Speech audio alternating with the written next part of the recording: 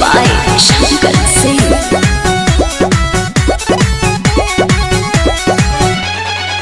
कादोनी गाजुर माजुर फोनवे में बोलता डरता करे जाई मन हमर डोलता। हे देवर जी देखी ना कादोनी गाजुर माजुर फोनवे में बोलता डरता करे जाई मन हमर डोलता। धराइबू तो हम देखें।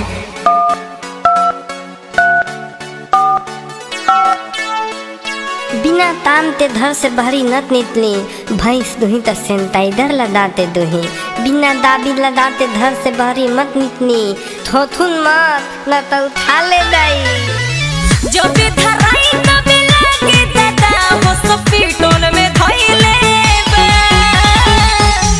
इसी सितम सब काम मोबाइल में कइले बा सरकारी चलाइले बा। इसी सितम सब काम मोबाइल में कइले बा सरकारी चलाइले बा।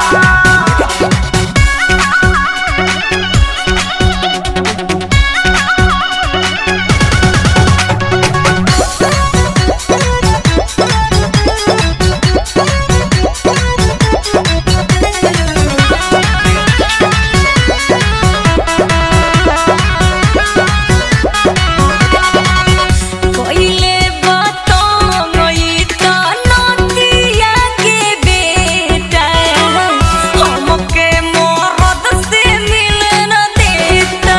हे देवरू हमके मरद से मिले न देता। एकरा के तू तो नाही गाड़ी भौजी तोहरे खाती बोल बही ना बेमारी भौजी। एक बार आउ लगाइबू।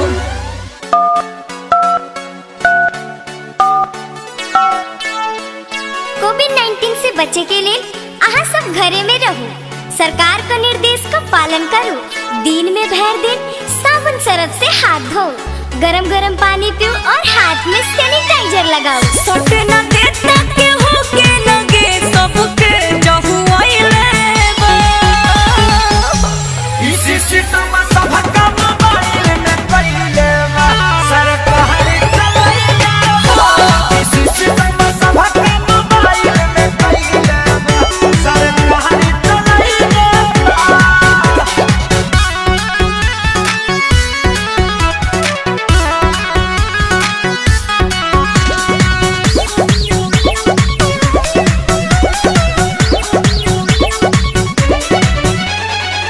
सैया पवन से मिलती मन करे मोरा इहे बनल बाटे रोड़ा।